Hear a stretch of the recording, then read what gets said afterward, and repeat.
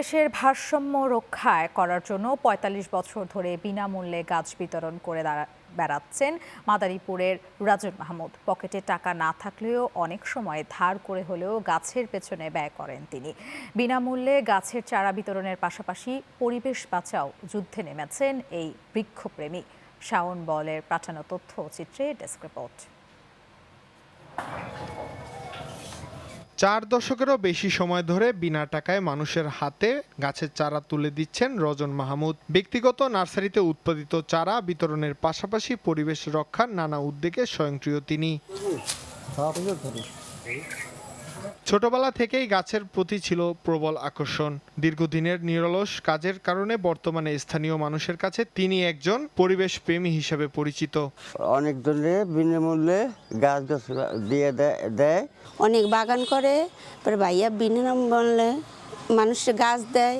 বাংলাদেশ কৃষি অফিস থেকে আমরা প্রায় 500 চারাই বস্তা আদা রোপণ করেছি। 1980 সালের দিকে বাবার সহযোগিতায় বাড়িতে একটি ছোট নার্সারি গড়ে তোলেন। সেখান থেকে উৎপাদিত বিভিন্ন ফলদ, বনজ ও ঔষধি গাছের চারা বিনামূল্যে বিতরণ করতেন স্থানীয় মানুষের মধ্যে। আমি আমার বাসায় যখন আমি একটু অর্থনৈতিকভাবে সচ্ছল, তখন আমি বাসায় একটি নার্সারি করি। সেই নার্সারিতে আমি যেই গাছগুলি উৎপাদন করি, সেই গাছগুলি আমি এই বর্ষাকাল আসলেই আমি গাছগুলি লাগাই বিভিন্ন রাস্তার পাশে, বিভিন্ন প্রতিষ্ঠানে।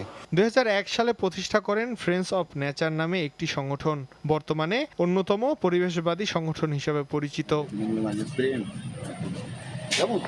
বর্তমানে কৃষি বিভাগের সহযোগিতায় 500 বস্তা আদা চাষের একটি প্রকল্প বাস্তবায়ন করেছেন তিনি। ইতিমধ্যে তার উদ্যোগে বস্তাভিত্তিক আদা চাষ শুরু হয়েছে। এবং সে নিজ উদ্যোগে, ব্যক্তি উদ্যোগে আমরা যা দেয় সে নিজে রোপণ করে এবং ব্যক্তি উদ্যোগে সে চারা তৈরি করে বিভিন্ন কৃষকের মাধ্যমে বিনামূল্যে বিতরণ করে এবং নিজে সে তার চারা তৈরি করতেছে ছাদ বাগান।